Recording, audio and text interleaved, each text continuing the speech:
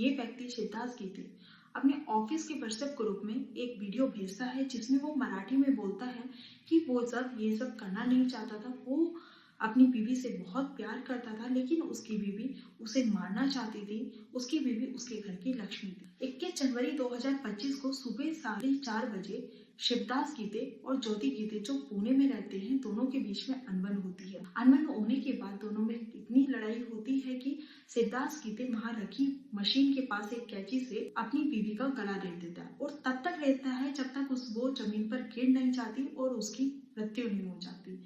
हैरानी की बात यह होती है कि जब इस वारदात को अंजाम दे रहा था तो उसका 5 साल का बेटा वहीं पर कुर्सी डाले हुए बैठा हुआ था। अपनी इस घटना को अंजाम देने के बाद वो मोबाइल निकालता है और मोबाइल निकालने के बाद एक वीडियो रिकॉर्ड करता है जिसमें वो ये सब बोलता है। लक्ष्मी होती माझ्यासाठी, पण ही मला मला मारायचा प्रयत्न केला हे मला फार उशिरा कळालं. तिचं लक्षण तर बरोबर नव्हतं.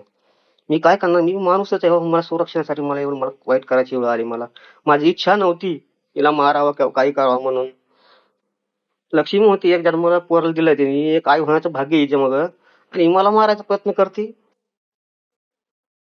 छिन्नालबाई होती, तिचे भाऊ, तो पांडुरंग आघाव, शेषराव सानप, माझा मेवना. पांडुरंग आगावने त्यांनी लई शाळा केलेली आहे. आमच्या गावामधलं बी एक घर आहे,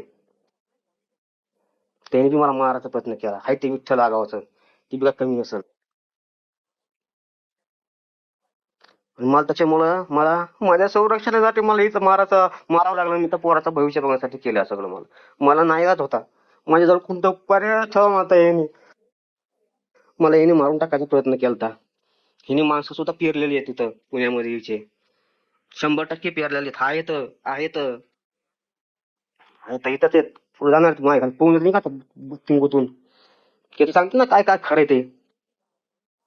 इथंच घर माहिती कुठं कुठं जाते, साफसफाई करायला, भांडे घासायला जात होती.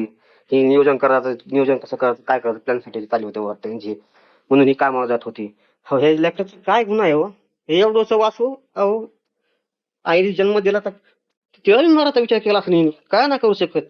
खानदानात पिटवून हेच करू गेला असेल ना. पुन्हा मी बोलतोय बाळा. मग नागा असतो मला करावं लागलं. काय करू आता?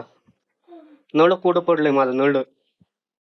मी शिवत असतो कारण तुला मारायचा प्रयत्न केलाय. नळ कोरडं पडलंय माझं स्वतःच नळ कोरडं. मला मारायची इच्छा नव्हती हिला. हिने जर असलं असतं तर त्याचा